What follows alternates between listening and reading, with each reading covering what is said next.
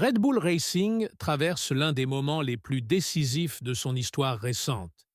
Et les prochaines semaines pourraient déterminer non seulement qui sera le coéquipier de Max Verstappen en 2026, mais aussi l'avenir de toute la structure de l'équipe.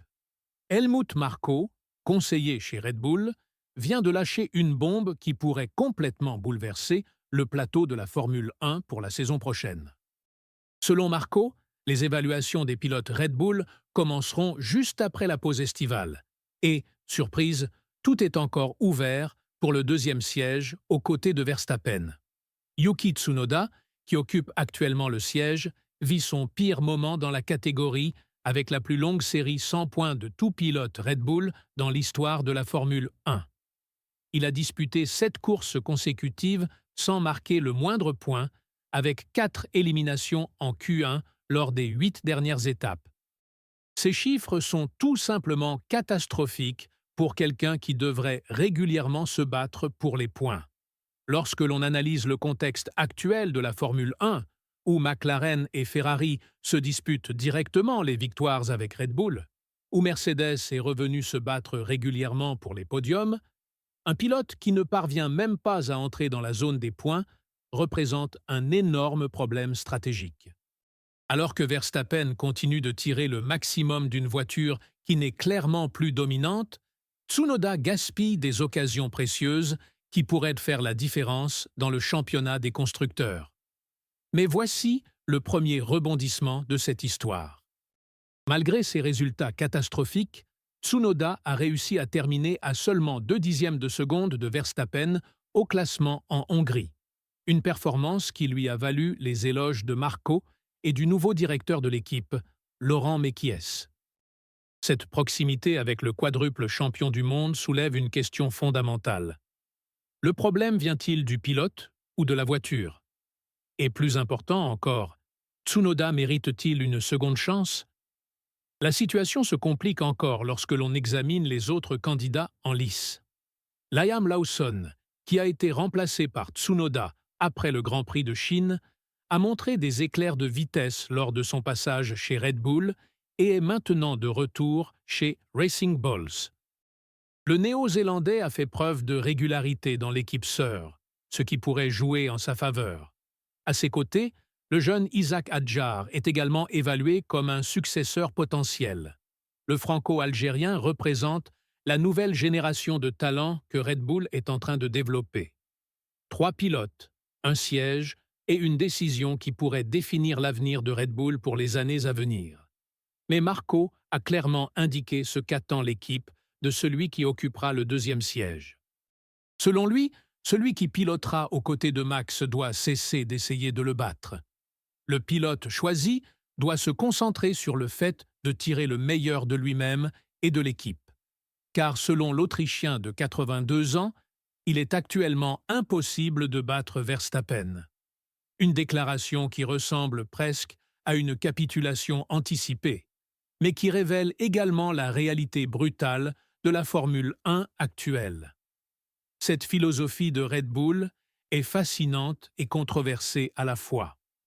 D'un côté, il est tout à fait logique de reconnaître que Verstappen est à un niveau supérieur et que tenter de le concurrencer directement pourrait nuire au résultat global de l'équipe. D'un autre côté, cette mentalité peut créer un environnement où le deuxième pilote se contente d'une position secondaire, perdant ainsi la soif de victoire qui caractérise les grands champions. Et en parlant de Max Verstappen, nous arrivons au point le plus fascinant de toute cette histoire. Le nouveau patron de Red Bull, Laurent Mekies, qui a pris ses fonctions en juillet après le départ de Christian Horner, après 2 décennies, vit une véritable révélation en travaillant étroitement avec le Néerlandais. Et ces révélations sont tout simplement impressionnantes. Mekies a publiquement avoué avoir été surpris par le niveau d'engagement et d'amour pour le sport dont Verstappen fait preuve en coulisses. Selon le Français de 48 ans, il existe un Max Verstappen hors des circuits que peu de gens connaissent, et c'est cette combinaison de talent brut et de dévouement absolu qui rend le quadruple champion unique et intouchable. Ce n'est pas seulement la vitesse que nous voyons le dimanche, mais tout le travail et la préparation qui se font loin des projecteurs. Le plus impressionnant est la façon dont Verstappen reste concentré et calme, même lors d'une saison où ses chances de remporter un 5e titre consécutif ont pratiquement disparu. Mekis a souligné l'absence totale de concessions dans l'approche du Néerlandais, que ce soit dans les bons ou les mauvais moments, et son niveau de préparation avant et après chaque course.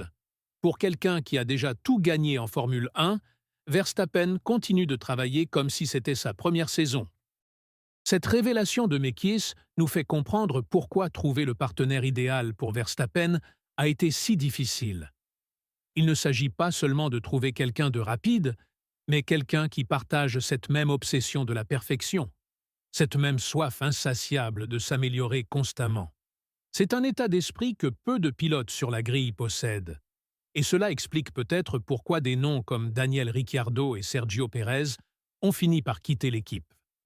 La situation se complique encore davantage lorsque l'on considère le contexte plus large de l'équipe.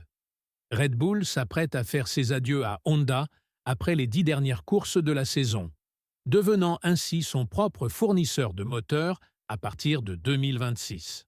Le constructeur japonais, qui a propulsé l'écurie autrichienne vers des succès inimaginables ces dernières années, est également le grand soutien de Tsunoda depuis 2016. Marco a révélé que des discussions étaient déjà en cours entre Honda et Red Bull concernant l'avenir de Tsunoda pour 2026, ajoutant ainsi une dimension politique supplémentaire à toute cette équation. Honda rejoindra Aston Martin la saison prochaine, mais son intérêt à garder Tsunoda en Formule 1 pourrait influencer les décisions de Red Bull. Les considérations techniques et politiques l'emporteront-elles sur les performances sportives pures? Le moment de cette décision ne pourrait être plus crucial. Nous parlons d'une équipe qui doit se réinventer techniquement avec un nouveau groupe motopropulseur, maintenir sa compétitivité dans le champ le plus équilibré que la Formule 1 ait connu depuis des décennies, tout en trouvant quelqu'un capable de travailler de manière productive aux côtés du meilleur pilote de la catégorie. C'est une équation complexe qui va bien au-delà de la simple vitesse sur la piste. La prochaine pause estivale sera décisive. Marco et Mekis auront quelques semaines pour analyser les données, discuter avec les pilotes, évaluer les performances de chaque candidat et prendre une décision qui pourrait définir les prochaines années de Red Bull. Tsunoda profitera de cette pause pour réfléchir à ses erreurs et se préparer mentalement à ce qui pourrait être sa dernière chance dans l'équipe principale. Lawson et Hadjar, quant à eux, devront montrer qu'ils sont prêts à faire le saut vers la plus grande scène de la catégorie. La Formule 1 de 2026 s'annonce complètement différente, avec de nouvelles réglementations techniques, de nouveaux partenariats entre les équipes et les fournisseurs, et une grille plus compétitive que jamais. Dans ce contexte, avoir le bon partenaire pour Verstappen peut faire la différence entre continuer à dominer ou devenir une équipe parmi d'autres dans la lutte. Red Bull en est conscient, et c'est pourquoi cette décision a un poids qui va bien au-delà d'un simple changement de pilote. Ce que nous voyons ici n'est pas seulement un changement de coéquipier, mais une redéfinition complète de la stratégie de Red Bull pour les années à venir.